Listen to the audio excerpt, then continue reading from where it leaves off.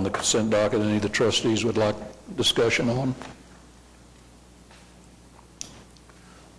Okay, Rick, item A, if you would, please. Sorry about that. This item is a contract that we have with Jacobs Engineering Group, and it goes back to the Tiger grant that we received. At that point in time, we were still going through the process of hopefully getting into the New Starts program, and this was going to be an environmental study that we were going to be doing. When it was determined that we would not continue in the New Starts process, we made a request of the FTA that we would be able to keep this Tiger money, and so it was reallocated to more of a planning study related to the streetcar, and we added some additional reporting requirements as a result of their agreement to modify the approach in which this money would be spent. And so we've gotten near the end now. The last several reports that talked about ridership and talked about livability issues, they have completed those drafts. We've had an opportunity to look at those drafts. But after we complete our review, then we need to send those reports to the FTA as part of their review in the Tiger requirements. And so in order to keep this contract alive until the end of the year, to allow additional review time by not only us but the FTA, we're just asking for an extension on this particular grant. There is no additional cost to extend it. And then this will complete our Tiger grant requirements. Okay. Then when will the final version of it be available? We would expect to have it then in January. Okay. All right. Thank you. All right. If none of the other trustees have anything on the consent docket, I would have a motion to approve our consent docket. Second. All in favor? Opposed? Thank you. Items for individual consideration. Most of them, as you can see, are change orders to all the construction projects which we have going on. So I've asked Rick to just briefly touch on each one of them. So we can start with item A, which is Union Station. This, Mr. Chairman, is a contract with Robinson Associates, who has been our historic architect on this project. In this particular case, we're expanding the scope to include a landscaping plan and an irrigation plan for those plants that we will be putting back. You know that we've done extensive work over there, excuse me, as a result of trying to deal with our drainage issues, which included not only redoing the drainage lines, the stormwater lines and the sanitary sewer lines, but it also meant a regrading of most of the area surrounding the building so that the water would drain as engineered. And so from that standpoint, we had to remove a lot of the landscaping that was there. Prior to our work, we did go in and do a tree survey identifying those trees that we did hope to be able to save. We were able to save those, but in order to conform with the landscaping requirements that the city has, code requirements, this covers the work to do a design, to develop a materials list for the bidding purposes. Then they will also provide the contract administration services and the construction oversight services. So it's an additional cost of $9,000 for the work. Again, this is one of those 80-20 funded operations where the federal grants will pay for 80% of the cost. But the actual cost of the new landscaping is? The cost of new landscaping is not in here yet. This is just the design fees and for designing the irrigation system and the landscaping itself. But was it taken into account when you projected the cost of all this? Yes. Okay. All right. All right. Any questions? Not. I'd have a motion to approve item A. Second. All in favor? Opposed? Thank you. Item B is a change order on the Arts District parking garage.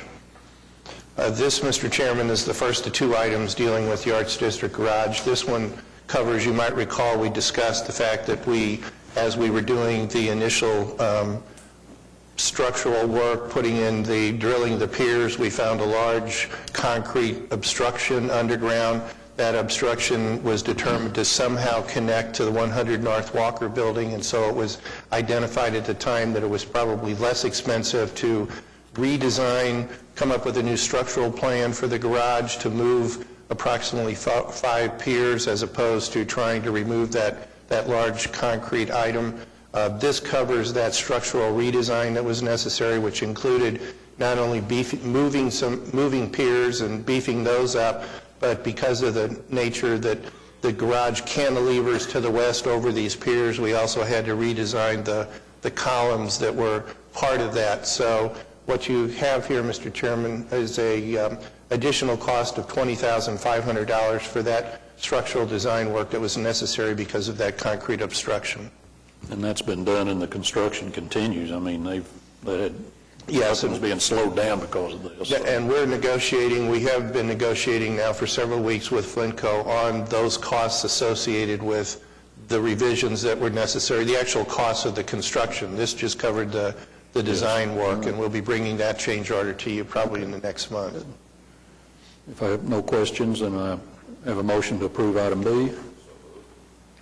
Second. All in favor? Opposed? Thank you. Change order to the new parking garage. This is the second item that I spoke of as far as the Arts District garage. This is a change order with Flintco, change order number 3, and it has 3 items in it, 2 of which add cost, 1 of which reduces the cost. The first item is really an extension to the crash barrier wall on the top level. We felt that by extending the wall another foot with concrete as opposed to with a cable barrier, it would make it more difficult for anyone to scale that wall. The second item, as part of our purchase of the Hightower property, we agreed that we would move their generator and the gas meter. This covers the gas meter relocation. We had already addressed the generator relocation in a previous board action.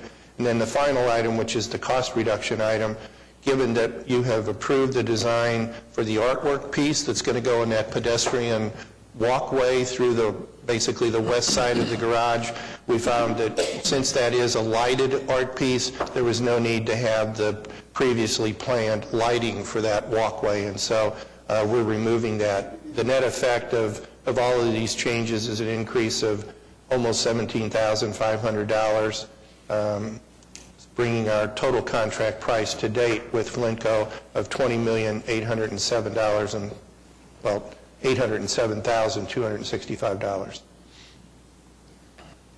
And Rick, the new contract, the calendar work days, that is a new number, 397?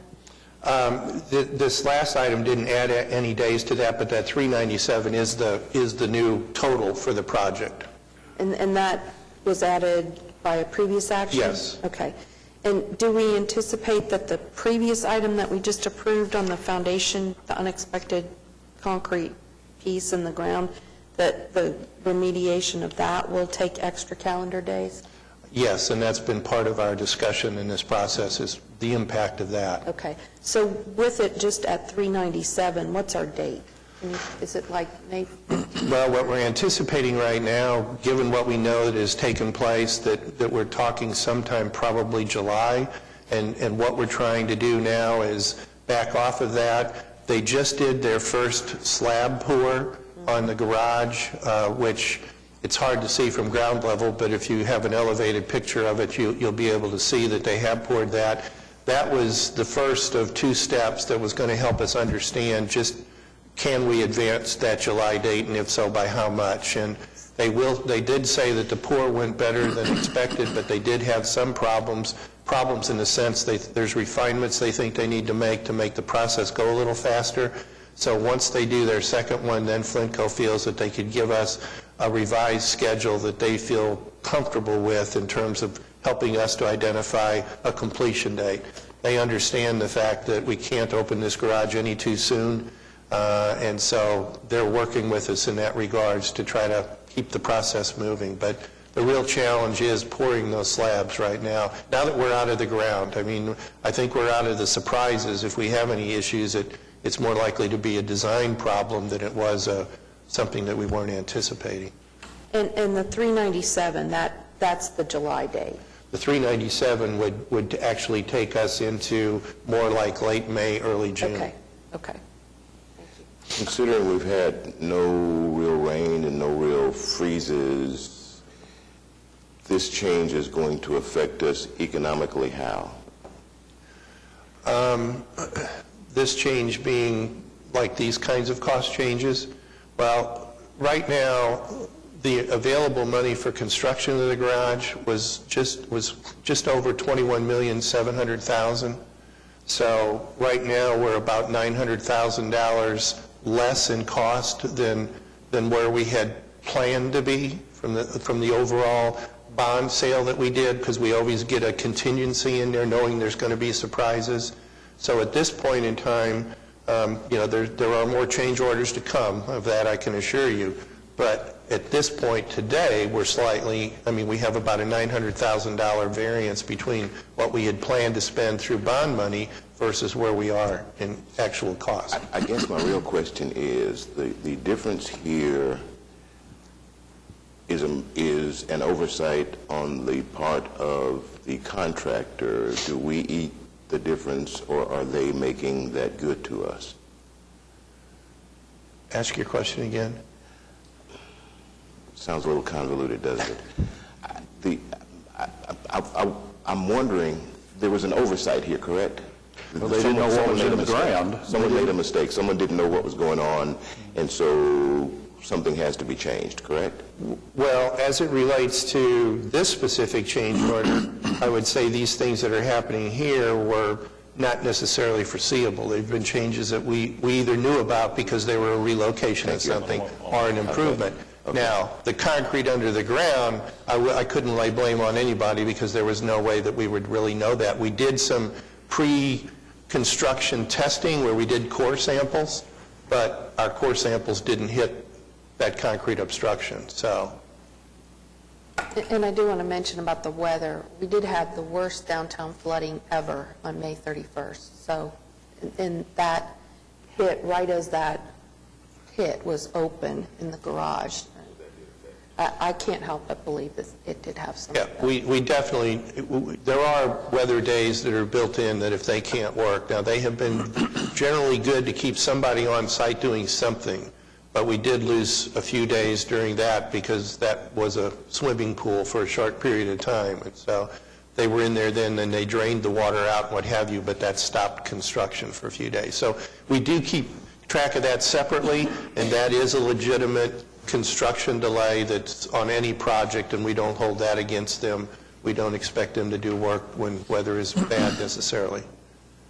Our hope is, the thing that what we do want to watch carefully now is, as you're going, since this is not a prefab garage, this is going to be pouring the concrete as we go up, is that when you get into those winter months, there may be days when they would schedule a pour and it's just too cold to pour it. So there's things that they can do and materials they can add to the concrete, chemicals to allow us certain things to happen when the day is colder. But that is something that potentially could affect us. Might be a sunny, bright day out there, but if it's 25 degrees, it may inhibit the ability to pour some concrete.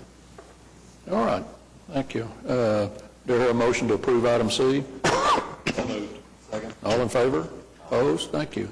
Item D is a change order to the Santa Fe parking garage renovations. This one, Mr. Chairman, is really just kind of a cleanup item in order to allow us to do either to affix some of those barcodes that we were putting on the garage, or really just as an additional architectural enhancement that we've requested relative to, and it focuses on that southeast stairwell tower that's on the southeast corner of the garage where we're enclosing that. This is really something that we ask as a result. We thought it was an enhancement to the overall look of the garage when it's completed. And so it's an increase of $6,370. It does add additional 14 days to the calendar there. And I will say that at this point in time, we do expect to have that work completed by the end of the year. We have had several calendar day additions to this garage to get us to the point that we are. So. Okay. Well, they're moving along. I mean, if you look at the construction and the design work on the outside and those panels, I mean, it's... Yeah, I mean, this is, you know, this is a little easier to see because it's more cosmetic now, and you know, it hits you bigger than perhaps the garage across the street that looks a little different. All right. Do I hear a motion to approve item D? All in favor? Opposed? Thank you. Item E is a change order to the Sheridan Walker parking garage. This one, Mr. Chairman, is actually a task order assignment to Triad as part of our ongoing maintenance of our garages and understanding what needs to be fixed and helping us in our financial planning to prioritize how we spend our money. We're asking Triad to go in and do a field investigation just to identify the kinds of things that we need to address from a construction standpoint. We know that we're seeing in the drive lanes, we're seeing deteriorating concrete that need to be addressed. In some of the stair towers, we're seeing some evidence that we need to go in there and do some cosmetic things to the stairway, as well as we're seeing some cracks in some of the stairway walls. And so this will generate a report that will come back. We will then be able to assess what needs to happen at the Sheridan Walker garage, assign some priorities to that so that we can put a financial plan in place so we can continue to make our maintenance improvements and avoid that situation of significant deferred maintenance that we faced when we were in the 90s. Okay, thank you. Do I hear a motion to approve item E? So moved. Second. Do I hear a second? All in favor? Thank you. Item F is I guess, on our South May facility, I guess, parking, lighting, and sidewalk improvements. And this item, Mr. Chairman, is really something that we requested as staff to make an enhancement to that facility. We have a lot of our employees, when the weather is nice, who would prefer to sit outside, whether it's their break time or perhaps they work that split shift where they work so many hours in the morning and then they come back and work so many hours in the afternoon. Sometimes those break periods are not long enough that it warrants going home to come back later, and so they like to hang out at the administration building. And as such, what we've done here is created a large concrete area outside the building where we will have tables and chairs, and they can take their breaks out there, they can relax out there in nice weather. As part of this change order, we also have to do some railing improvements to meet our ADA requirements. So overall, this is an additional $29,381 and some change. I do point out this is money that's still being paid with our stimulus. This is within our stimulus budget, and so this will be covered by stimulus funds, and again, is an enhancement to something we thought that would provide better facilities for our employees. All right, thank you. There a motion to approve item F? Second. All in favor? Opposed? Thank you. Item G, I guess, is place the maintenance bond in effect since all the work has been completed. This is the first of three items on today's agenda, Mr. Chairman, where you will be approving the completion of the project and placing maintenance bonds in effect. This particular item focused on our bus maintenance facility, and as you might recall, previously we had the situation where the building was just not quite wide enough that we could put two 40-foot buses end to end. And so what that meant was we had to either be selective in the buses we brought in for servicing, or you had to leave the side doors, the dock doors open in order to be able to pull a bus in. You know, that works when the weather's warm, but in the wintertime that caused us a lot of problems. And so you had approved the contract to allow us to expand that building, and that's what this accomplishes. Again, this is another one of our stimulus projects that we had identified. Total cost of this was $323,000, almost $324,000. And again, first of three that we'll talk about here that we've finally completed. All right. Do I hear a motion to approve item G? Second. All in favor? Opposed? Thank you. Then item H is, as you said, the same thing, approving the maintenance bond on the May Avenue Administration Building. Right, and this just covers the roof repairs that we made on that building where we had some leaking roof. Again, another stimulus project. This was $188,000. Okay. Do I hear a motion to approve item H? Move to approve. Second. All in favor? Opposed? Thank you. And then last item on the maintenance bond is the Oklahoma River Cruise Maintenance Building. Our third item, again, this was another heavily funded stimulus project, not 100%, but we now have a maintenance building. I did learn late yesterday that we do have one issue that has to be resolved relative to an occupancy permit, but is not a function of construction in any way, and so this does complete the work of McNatt, and so we're asking for your approval of their work. Well, if we have a problem on that, if you'd call the city manager, maybe he can get us an occupancy permit. So. Oh, you All right, do I hear a motion to approve item I? Second. All in favor? Aye. Opposed? Thank you.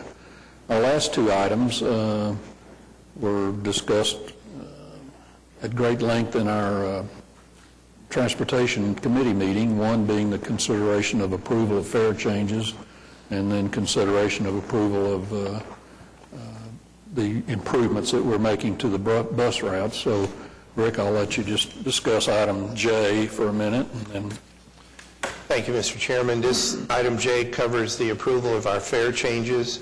There was a lot of discussion during our public meetings relative to the fare changes. We tried to be sensitive to the comments that we received. Again, this was a fare change from $1.50 to $1.75 for the regular bus, one-trip bus service. We chose not to change the price of our passes so that those riders who use our passes, and we have been encouraging riders to take advantage of the passes because that is a discounted cost to their use of it. It also accelerates our ability as we're trying to load passengers. And so that was item number one. It was a change to just our regular cash fare. Secondly, the federal FTA does allow us that when we change the price on a regular fare, it also impacts the cost of our MetroLift service. The feds do restrict that to no more than 2 times the bus fare, the MetroLift service being the curb-to-curb service. So those prices then went from $3 to $3.50, again, to be twice the regular bus fare. CART the system in Norman had come to us and expressed a desire. They were going to be raising their fares, and they wanted to raise the cost of that Norman Express service. Again, we focused only on the cash fare on that one, and that increase is going from $2.25 to $3. Lastly, Metrolink service, and this is the one that probably generated the most discussion. Metrolink service is that late night and Sunday service that we contract to Airport Express. The challenge there is we were looking for one of equity. That service is much like our MetroLift service. It's what we would call a route deviated service, but we do allow curb-to-curb pickup. And in essence, what it is we've got a reduced service area, roughly, 63rd Street on the north, 89th on the south, something like Bryant on the east, and on the west, depending upon whether you live north or south of I-40, it's either Meridian or MacArthur. Within that service area, then we've established roughly 4 quadrants. It's a route deviated service in the sense that we have specific pickup points, but in between those pickup points, Airport Express has the ability to go and pick up people at their homes or their place of business, whichever the case might be, and that is the curb-to-curb portion of it. Previously, whether you went to a pickup point or whether you were picked up at your curb, at your place of business or your house, the price was the same. It was $1.50, and we're now suggesting that the cost of Metrolink go to $1.75, again, to match the fixed route service. The challenge was that we found, and not unexpectedly, that over time, if your choice was you either walk to a designated stop or you could be picked up at your home, most people chose that because it was the same price. we really felt that, number one, that was not consistent with the way we handle Metro Lift service. Number two, in Metro Lift service, you only get curb to curb if you have a disability that prevents you from going to a bus stop, whereas in MetroLink, there was no limitation. Anyone who did not have a mobility issue could still get picked up at home. Secondly, because of that desire to have so many pickups at the curb, it was limiting the number of passengers that this service could provide. It is an expensive service to do, number one. This was a service that was recommended a couple of years ago for discontinuance. It was opted to not discontinue it, and additional funding was provided, but we did cut back on the amount of service that we provided. We recognize that late night and Sunday service is something we want to do, but as an equity position, in fairness to what we charge on our Metro Lift service, which is very similar curb-to-curb reservation, we wanted to raise the price from $1.50 to $3.50 if you have that reservation service. Again, what we heard was that this was going to have a significant impact on people. We recognize that it would. I have asked staff, and they are investigating trying to establish more designated stops in these quadrants so that it might make it easier for some of the people to get to a designated stop as opposed to the option of having them come curb to curb. But if they choose to go ahead and continue that curb to curb service, it is a premium, and we felt we should charge a consistent premium for it. One other item that was out there too that I do want to point out, it was suggested that we change the age from 60 to 65 for those who would qualify for a senior discount. We heard a number of comments relative to that as well. As a result of those comments, we have decided not to recommend that to you, so we will maintain the senior qualifying age to be 60 years. That is consistent with the social service programs that we administer, and we really felt that the consistency was probably more important across the board. I know that we discussed this in that committee meeting. Is there the possibility that we could institute a value-added cost to the curbside pickup service so that folks who may not have a really intense impairment that impedes them from making that walk to the bus stop are still able to pay extra for that service, so that we kind of offset whatever the cost is by charging more for those folks who want that extra service? Well, we don't have a limit. We have a limitation on the Metro Lift side. I don't believe we have a limitation on the Metro Link side, since it's a route deviated service.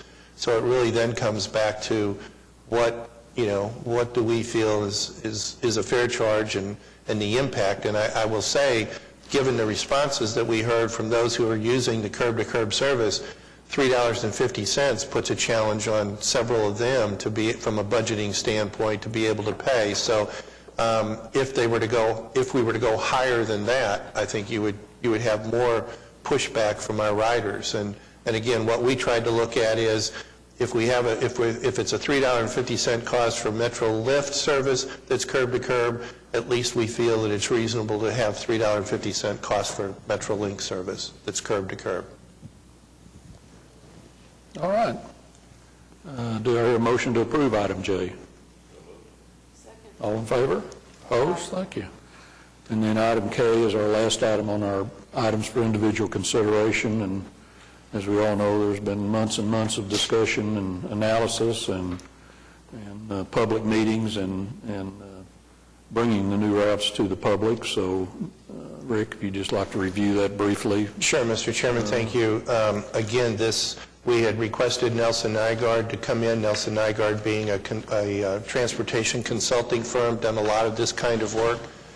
They came in and their challenge was to take a look at our system and identify ways in which we could improve our system to try to increase our ridership.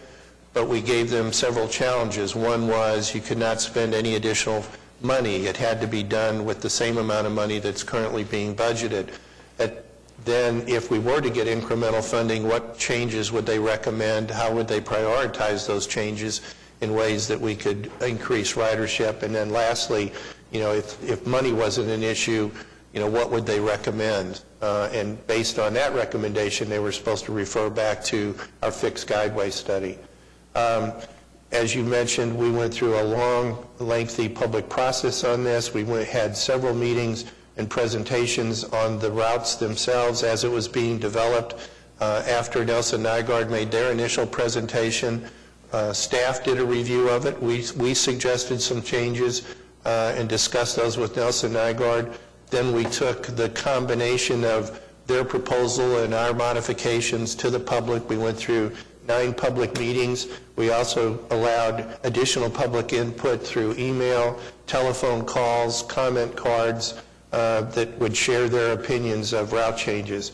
I will say in general and through our public meeting process, we got good dialogue. Generally, it was supportive. There were a lot of questions about, particularly when we said we were discontinuing 3 routes, there was a lot of discussion on that because sometimes people misunderstood. When we said we were discontinuing, we actually made modifications in adjoining routes that picked up a lot of those high ridership portions of the routes that were being discontinued. So I will say generally the public comment was very, very well thought out. They were very polite in their presentations, and generally overall supportive to the goals, which were to try to provide a better service, a more consistent on-time performance service, and by doing that, that meant we pulled out of the we didn't get as deep in the neighborhoods, and we stayed more on the arterial streets. We also were trying to be very consistent in that we called it clock face headways, but that we were regular in our lineups at the transit center so that people would not have as long to wait when they got to the transit center, that our buses would be there every 15 minutes having lineups, and more buses could better connect at the transit center. We also started identifying what we would call mini hubs in our system so that you would not necessarily have to come all the way downtown to catch a connecting bus. You could do this out in the field. And then as Nelson Nygaard identified, and as we as staff knew going into this, whenever you increase frequency, that is a plus. And increased frequency generally means increased ridership. As part of our budget this year, to support these changes that were being proposed, City Council provided an additional $1 million, and that has been put into frequency increases, as we discussed in our meeting. Now, with the exception of just a few routes, all of our routes are on at least 30-minute frequency, and in some portions of our routes, as they're being designed, whether you're going to the OU Health Science Center from downtown or you're going from downtown to, let's say, 23rd and Penn, you actually have 15-minute service. And so we've seen significant enhancements. And I will say generally the public comment recognizes those frequency improvements, and those were well received. Our game plan on this is that we have some operators that we have to hire and train. We've got to get our new schedules out and get information out to the public about the new routes. And so we're anticipating that we would probably introduce all this new service in March of 2014. And I failed, Mr. Chairman, excuse me, to go back. Our fare increase we were proposing would take place on January the 6th. Our service changes would take place in March of 14. And we'll specifically identify that day as we get a little further in this process. All right, thank you. I know there's been a lot of work done on this, and hopefully it is a great enhancement to our service, and the public will enjoy it. So do I hear a motion to approve item K? And I'll second that. I would like to be sure that our minutes reflect that expected implementation of March 2014. And I realize that that's not a date specific, but it is our expectation. Right. Just so that no one would go back and think that it was effective January the 6th. All right. So I second it. All right, thank you. Do I hear a motion to approve? I mean, Yeah, all in favor. all in favor, right? Opposed, thank you. We've got ratification of claims and payroll for September 30th and October 31st. If there's any item on there any of the trustees have a question on, if not, I would have a motion to approve both of those items, or ratify both of those items. All in favor? Aye. Thank you. Our financial reports. Rick, anything on there that you'd like to... Mr. Chairman, you may have multiple reports here. I'm only going to speak to the September, the latest report that's in here. There are a couple items I do want to identify. On the transportation report, currently for the first 3 months of the year, our ticket sales and our paratransit revenue is down, which is contributing to the budget variant, the negative budget variance we have. Also, when we put our budget together last year, we had anticipated that our price increase was actually going to be in effect already, and so from that standpoint, we are seeing that's contributing to the negative variance that we have there. We also have the timing of some of what has been received relative to our advertising. We are seeing significant increase in our advertising revenue, but we've got a timing issue there. So you add all those up, and that contributes to the $46,000 budget variance that we have relative to passenger revenues. Federal grants, again, federal grants is always a timing issue for the most part. We did receive some federal money that was put into the capital side as opposed to the operating side where it would show in here. We are going to make some adjustments relative to that as we get a little further into the year. So we will continue to comment on federal grants as we do every board meeting, because so much of that is a timing issue versus a capital versus operating cost issue. On the expense side, our issue, we do have one issue here, but I can't really tell you details of the issue. We are looking into our personnel services costs. This is higher than we would have anticipated at this point. Right now we're focusing on the costs of insurance and see if we appropriately budgeted that or if somehow that cost is not getting recorded properly. So I'll be able to report back to you at the next meeting on that subject when we have an opportunity to dig a little deeper into that one. We do expect the expense supplies to go up as we get deeper into the year. Right now we're showing a very hefty positive variance on that, but we've got several buses now that will be coming out of warranty this year. Buses that we bought in 2011 are now coming out of their 2-year warranty period, and so it's just natural that we're going to start seeing now costs that were previously covered by that are not, we're now going to have to pay for. So I don't anticipate those to be huge and put us in a negative position, but I think we won't see this continuing growing positive variance on the supply side. We'll start to see that level out. On the parking side, again, parking revenue is very strong. All of the component pieces of parking, whether it's monthly parking, transient parking, or event parking, are up. Our expenses, we have a positive variance in expenses, and that, again, is, as I've mentioned many times in the past, tends to be a timing issue, primarily invoice payment and submittal as it relates to Republic, because that is the largest portion of our services and fees is the Republic budget that's in there. So nothing unusual relative to parking. And finally, on the river, our river revenues are down. We're still going to see an impact as a result of the dam problems that we had and the fact that we had a number of canceled trips. I will say that now that Public Works has gone in and started to making repairs, we are seeing improved service. We are not having the problems that we were having there for an extended period of time due to failures of some of the dams to work properly. Our grant revenue, again, call to your attention, this number is going to look the same now for the balance of the year.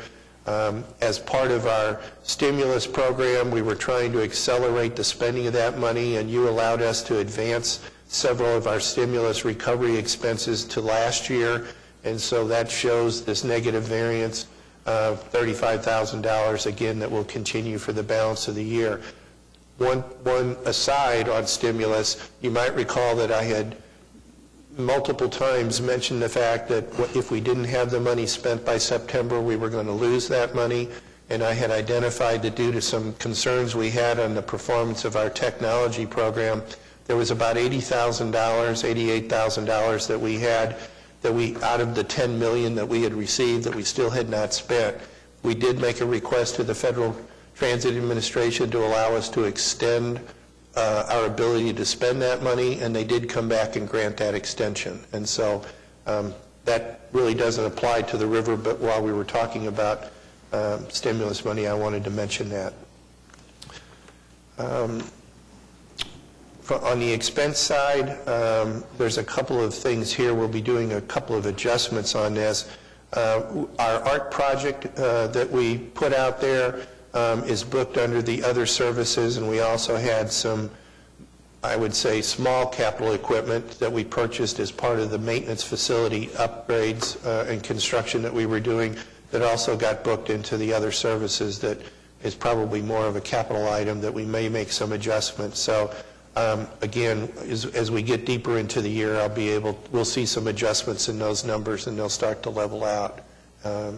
I think, again, our challenge will be as we go into the balance of this operating year for the river service, we'll be shutting down on December the 17th, will be our last trips. They will be draining that eastern basin to do some work as it relates to the starting gates and channel markers for the boat operation, so that we will be out of service for a while. Hopefully we'll be back up and able to do some charters in February, or it could be as late as March before the water is re-impounded in that. So we will have an extended period where we'll have limited service. We would normally stop our transit service at the end of December, or middle to end of December, and not start up again until April, but we have taken advantage of running charters through the winter months. That may be inhibited a little bit more than usual as a result of that channel drainage. All right. Any question by any of the trustees? And I guess we can approve receiving all our financial reports. Is there a motion? All in favor? Opposed? Thank you. Our program reports. First item is our transit system report. I guess, Jason, you've been delegated to this the last couple of times, so. I'll just keep going then. Okay. Appreciate the opportunity to share some information with you. So I'll keep my comments pretty brief this morning and just hit a few of the highlights from your report. And would like to start this morning by talking about our fixed route bus system. In September, we had a really strong month in terms of ridership on our fixed route buses, particularly our Monday through Friday service, where we averaged over 11,000 passengers per day. And I believe that's actually the highest number we've ever been able to report in terms of average passenger count. So really good month for us on the fixed route side in September. If you look at our cumulative system ridership through September, taking into account all trips, whether they're fixed route, paratransit, or other social services, we finished at over 838,000 passenger trips through the first 3 months of the year. That's about a 1.7% increase from where we were last September. Not surprising, if we're going to have a really strong month on our fixed route side, we're also going to see that carry over to our cumulative. Moving on and taking just a quick look at some of the other services, particularly those transportation services we provide to our elderly and our disabled patrons, which includes our paratransit operation. We averaged about 416 passengers per day in September. That compares to about 404 a year ago, September. So again, we're seeing increases there, month-to-month comparisons of about 3%.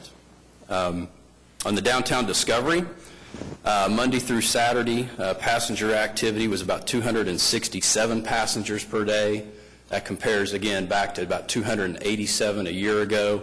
We've watched the Discovery, and we've seen the passenger counts come in slightly less several months in a row, and then all of a sudden we'll get a rebound and they'll pick back up. And so I wouldn't say this is a start of a trend by any means. We'll just continue to monitor it and report it to the trustees.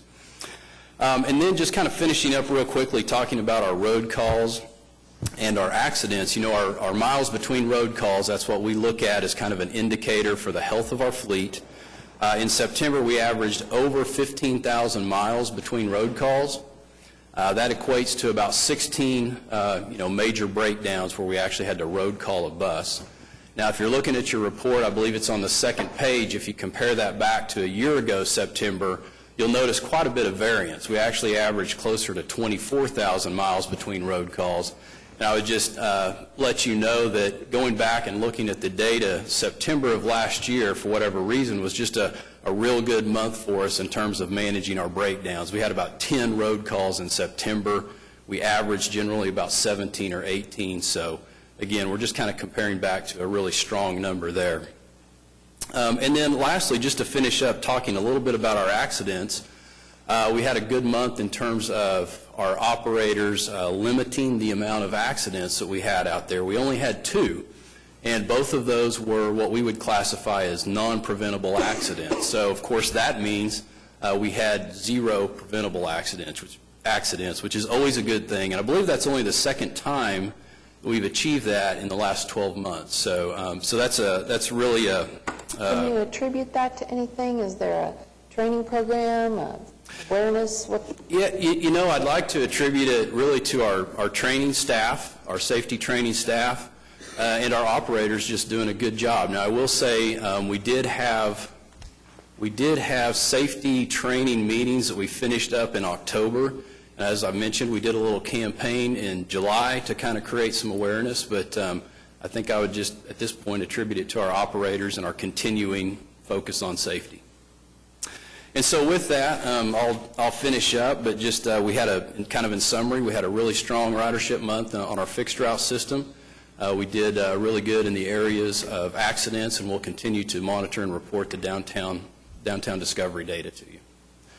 Be glad to answer any questions.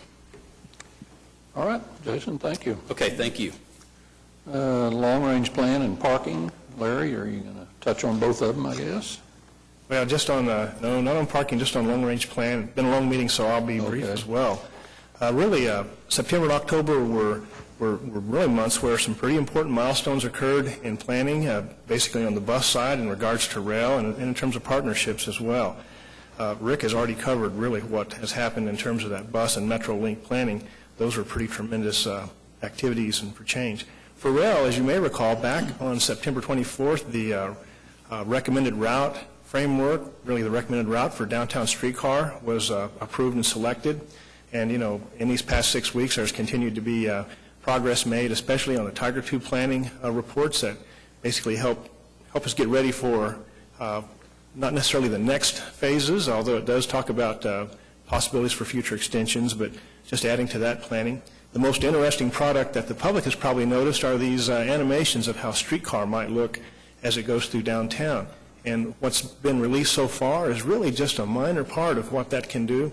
And even though it's interesting to watch, that really is going to be a very helpful tool because of not just that animation, but the ability to, it's interactive, the ability to actually look at potential stop locations, to simulate how it would go through certain intersections, things that really will help in terms of the design and also help as work is done with property owners along the route in regards to the streetcar. I think Rick already covered about that extension. That's great. In terms of partnerships that relate to this, a couple of things.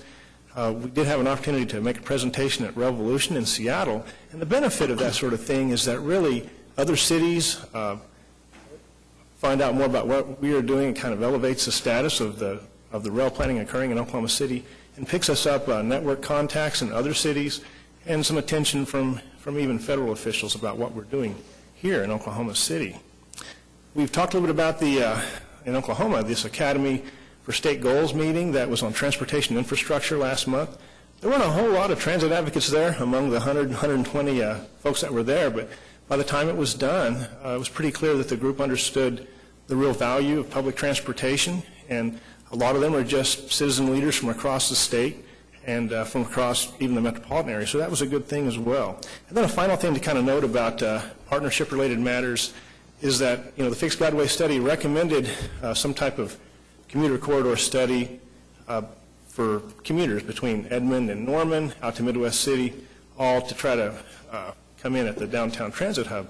ACOG, next week will have a series of meetings for the public, so they can participate in terms of providing input to that commuter corridor study, and anybody who would want to could go out to the ACOG website, find out which meeting is where in their community, and participate. So, I was going to bring up, in our original long-range plan, I don't recall us having anything there about regional transit authority or regional transit systems.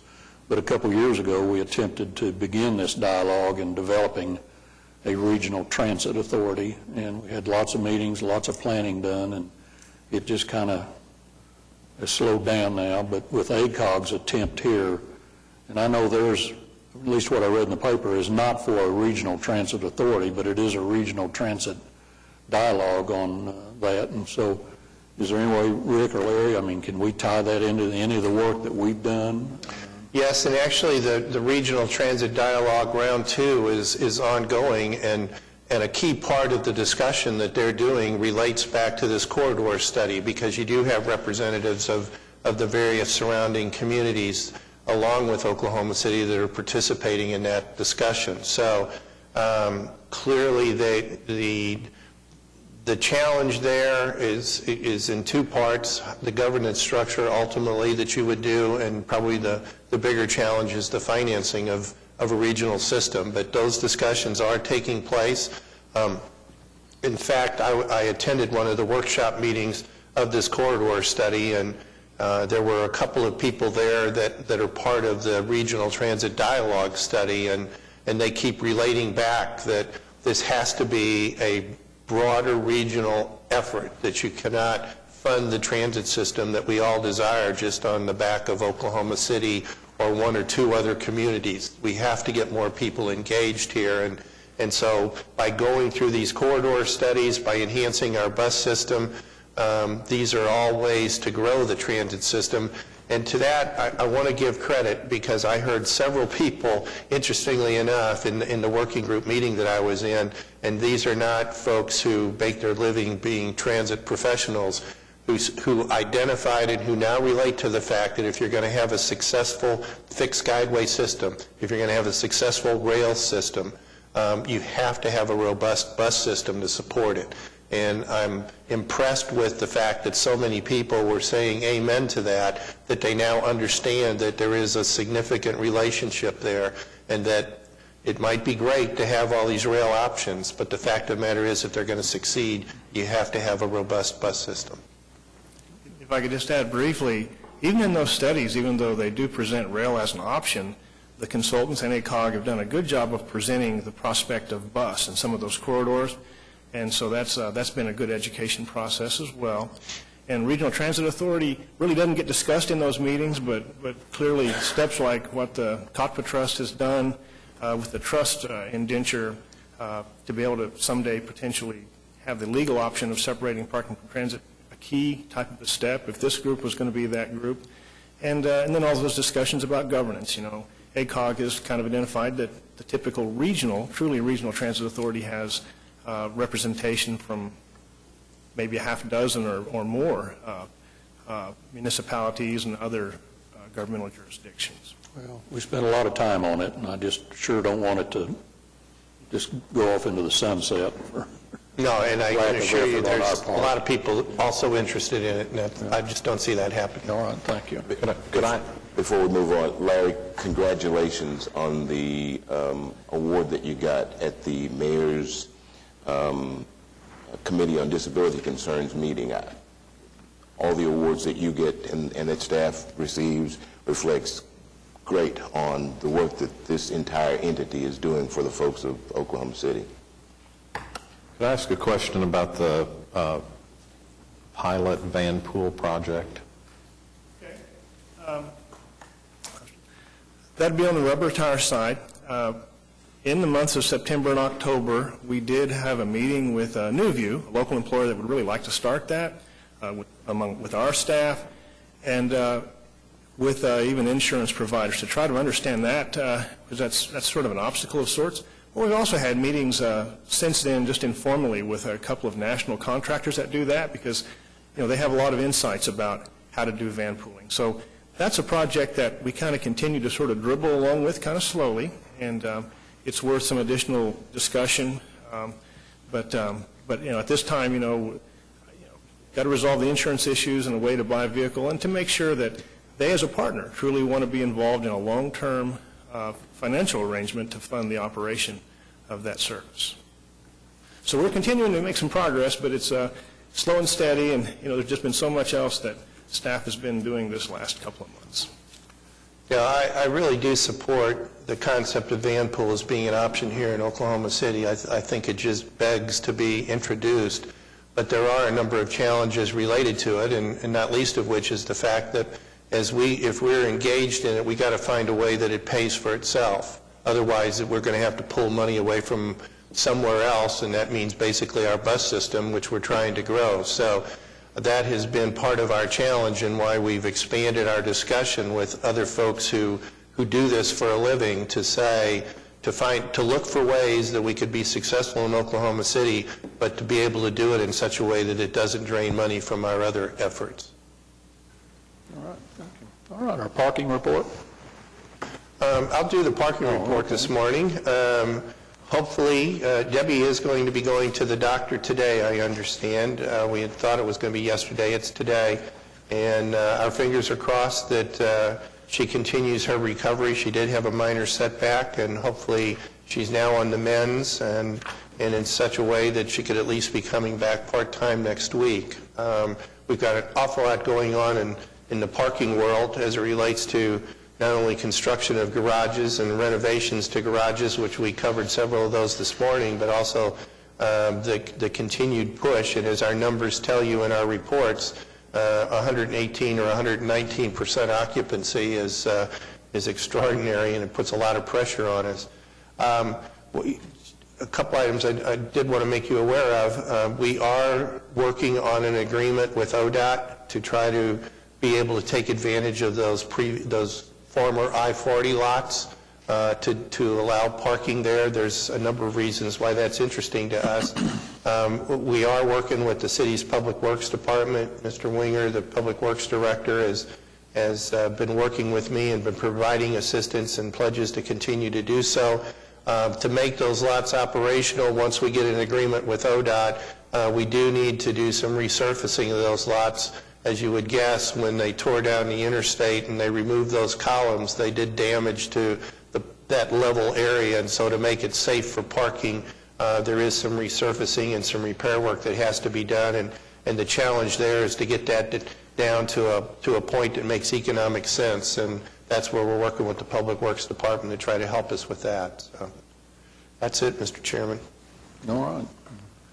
I guess as we leave, we can all see the progress across the street, so we've got it up on the screen. And I'm sorry, yes. I failed to mention that because I wasn't paying attention to the screen, but this is a picture, and the significant step here is they did made the first pour of that elevated level, that first floor of parking, and that is significant because doing that has helped the contractor better understand what changes they may need to make in their process as we go through this, so as they continue to pour the next 8 or 9 floors, that this will dictate how quickly we can complete the construction of our garage. And so they want to do the next pour as well, and then at that point in time they feel fairly comfortable that they can give us a very good target completion date, because again, this is where the real effort is in doing the structural work here to support the pouring of those floors. It is a challenge. It's something that they begin around midnight and pour until 8 or 9 or 10 o'clock in the morning. They do that in part to not disrupt the traffic on the streets, because they're bringing in lots of concrete trucks at the same time. And of course, this kind of, as we get into winter, those cooler temperatures could be a problem for us, and they may have to shift. But It's an extensive job to do the framing to support the deck and then to do all of that pouring in 8 or 9 hours. So, we'll continue to kind of give you shots as the garage continues, particularly now that it's out of the ground. If you're ground level, it's very hard to see just exactly what's going on. So we will continue to try to provide pictures from time to time to let you see the progress that's being made. Thank you. All right, our marketing and customer relations, Michael.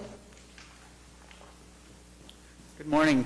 You have a pretty, I think, robust report before you, and be glad to answer any questions about that. Just a side note is that we're pretty excited about this opportunity to start preparing all of the supporting materials and working with our colleagues and maintenance and scheduling to just basically get everything ready for these system enhancements that we're about to put into place in spring, or in this spring. So that's really where our focus is. And we're also meeting the same group with our public schools to identify possible partnerships and ways that we can continue to provide more services to our public schools and through a variety of programs, one of which is the Rhodes Scholars Program, in which a few years ago you made free. Since then, just this last year, from November to November, we saw over 530 students utilize that program, which is basically for field trips. And that equates to about, if it was a group of 25, so about almost 21, 22 groups there that we saw use that. They're very excited about the possibility of promoting that further within their schools. And it's just a good chance to introduce public transportation to our youth. And I assume it says in here early December to begin the promotion of our new name. That has moved a little bit just because we're wanting to spend a little more time on the background work for some commercials that we're working on and advertisements. So we're looking now probably towards right at the very end of December, 1st of January to launch those. But doing a pretty extensive promotion on it, I assume? Yes. Can you tell me about the real-time information on the website? How is that developing? It's really coming along. Do you feel like that would be an online? That'll launch with the new system changes because that's 2 sets of different data that we would have to try to work with. So to maximize some cost savings of just working with one, but that is moving along. We should have some working samples of that probably by early to mid-January, but we've already seen some things integrated, such as being able to plan just walking trips on our website, and even looking into carpooling and tying that into ACOG's carpooling program. So a lot of things are going to be integrated into this site that we just really didn't have the ability to do before. So we're pretty excited about that. All right. Any questions? All right. Thank you, Michael. Do I hear a motion to receive? Oh, excuse me. The river. I'd be happy to sit down. We're getting ready to drain it and close it down. So no. Yes, in fact, there'll be a lowering of 12 inches in the eastern basin on November 17th, close of business Sunday, to accelerate some of the repairs on the eastern dam. This presents a little bit of a challenge when we are loading some of the disabled patrons, but we've worked with it in the past and we'll work with it again. And then, of course, December 17th, beginning at midnight, following our final charter of the year, of the calendar year, the eastern basin will be completely drained, as Rick said, for some of the MAPS projects. October was our Haunt the River month. It was very successful. We had good ridership on our Haunt the River ferry service for kids, and we had, of course, exceptional ridership on that specialty cruise with the folks showing up in costumes and that sort of thing, and that has been one of our most successful specialty cruises. Bricktown Landing, we're still working with Union Pacific to be able to utilize the Bricktown Landing. It looks like we're getting pretty close to getting that resolved. The boat parade will be the day after Thanksgiving, Friday after Thanksgiving. Encourage you to come down this year. The river will have The new lighting will be up, and OKC Events has actually hired some water ski folks from Cypress, the former Cypress Gardens, that will be doing a water ski show, actually, which would be something brand new for the Oklahoma River, followed by the boat parade. I'm sorry? When is the water ski show? Well, have you seen photos of the, the pyramids of the water I was just skiers? curious when it is. December? November 29th. Oh, my goodness. November 29th. It's cold. They're not... No, it'll be beautiful. It'll be gorgeous. And those big lights will warm the area, I'm sure. Yes. It promises to be a great event. This year, they will not be utilizing Wiley Post Park as they had been in the past. Normally, we would go all the way down to the dam and all the way to 35. It presents a little bit of a logistic problems with some of the smaller boats and their staying in line and fuel consumption and that sort of thing. So they're going to stay between Lincoln and I-35 this year for the parade. So if you'd previously watched it from Wiley Post Park, you can move a little bit east so you can actually enjoy it. What's the time of the start of that parade? The schedule is up at okcevents.com. It's also at, I believe there's a holiday boat parade website. I believe it starts about 6 o'clock, but I can't confirm that. I would recommend you checking the website. And there will be a very large advertisement in the Daily Oklahoman coming up. It should be a large insert with lots of information about the boat parade this year. Finally, we are, interestingly enough, we're into the busiest part of the year for us in planning. Once we get schedules set and specialty cruises designed and added value ferry operations done, the rest of the year is maintaining and collecting data. Now we're into the phase where now through January we'll be looking once again at schedules, ridership, what are good times, what are not, how much service should we provide to maintain riders per service hour, what new specialty cruises we may want to include, which were successful, which were not so successful, marketing, how we intend to market the service, changes to the brochure. We're also looking at, we've been in contact with the Chickasaw folks about adding a native river element to our ferry service. As you know, we work with the Oklahoma History Center currently putting a historical reenactor on the boats on Saturdays, which is very popular. I'd like to add the Native American element to that to hopefully draw more riders down to our ferry service. And with that, I'll be happy to answer any questions. All right. Thank you, Jeannie. All right, do you hear a motion to receive our reports? So moved. All in favor? Opposed? All right. Items from the trustee? Brian, anything? I have one thing I'd like to say. On the way in, a couple of folks asked me if I had forgotten to shave, and I didn't. My daughter reminded me that it is No Shave November.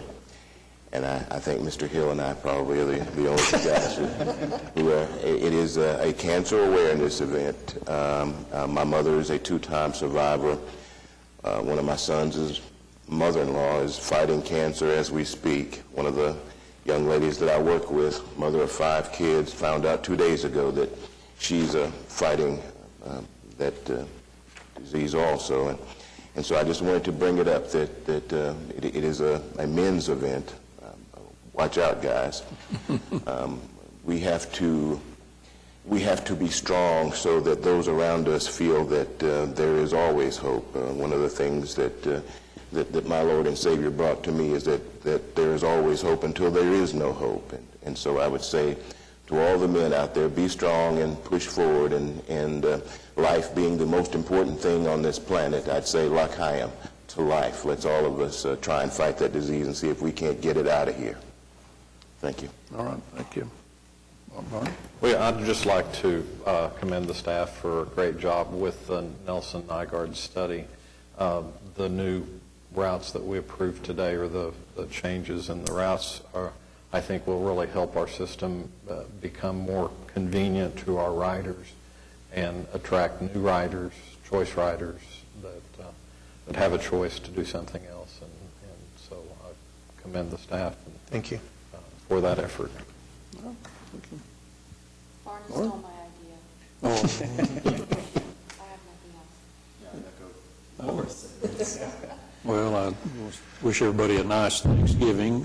Rick's having surgery Friday and has already informed his wife that he can't even lift the turkey out of the oven, so he's on injured reserve for a few days. But you have anything, Rick? I just got a couple items. One, I want to recognize, and it's a shame that Debbie's not here because I'd like to recognize that in her presence, but you might be aware that she's been going through some training to become a certified administrator of public parking, and she learned in October, I believe it was, that she actually passed her test. So she's now going to be Debbie Holtzclaw with a bunch of initials behind her name as it relates to her expertise in parking. So I congratulate her on that and the effort that it took to do that. That was about a year program, that a number of classes that she had to attend and a number of areas relative to parking operation that she had to test successfully through, and she was able to do that. I've mentioned privately to most of you that the FTA was in town last week doing their every 3-year triennial inspection. There were 18 areas that they looked at. 15 of those were without comment by them. I will be sharing with you, I did receive the letter yesterday that was their draft. We've got 7 days to respond to their draft report, and then they will put together a final report. And as I have done in the past, what I will do is take that and then provide our input and our process. 2 of the 3 areas that they made comments on, we knew they were going to make comments, and we had already stepped out and taken a number of actions to improve that. Some of those actually date back to in early 2000 time period in terms of some of the policies or things we were doing. So I'll keep you up to date on that, but I just wanted you to know that I was pleased with the efforts that staff put forward, and I think how we came out. They were in general, very complimentary about our operation and the way things were going. And also, Michael mentioned the Road Scholar Program. In a broader sense, I just want to let you know that we are working with the Oklahoma City Public School System, trying to develop ways of partnerships. This has been an initiative that the city itself has been pushing. There's been a joint task force now that's existed for well over a year, maybe closer to 2 years. And transportation is probably, I'm going to say, one of the primary areas that they have focused on, in the sense that they feel that there's actually some things, there's partnerships that could be put together here, and there are partnerships that could be done very quickly. We have a history of making available to the school system our services. The Road Scholar Program that Michael mentioned this morning is just one of them. We are emphasizing that with the new interim school superintendent they have. Mr. Lopez is very committed and understands the importance of integrating our service into being able to help transport students in one way or another. So that's good. And I guess with that, thank you, and have a happy Thanksgiving. All right, we're adjourned.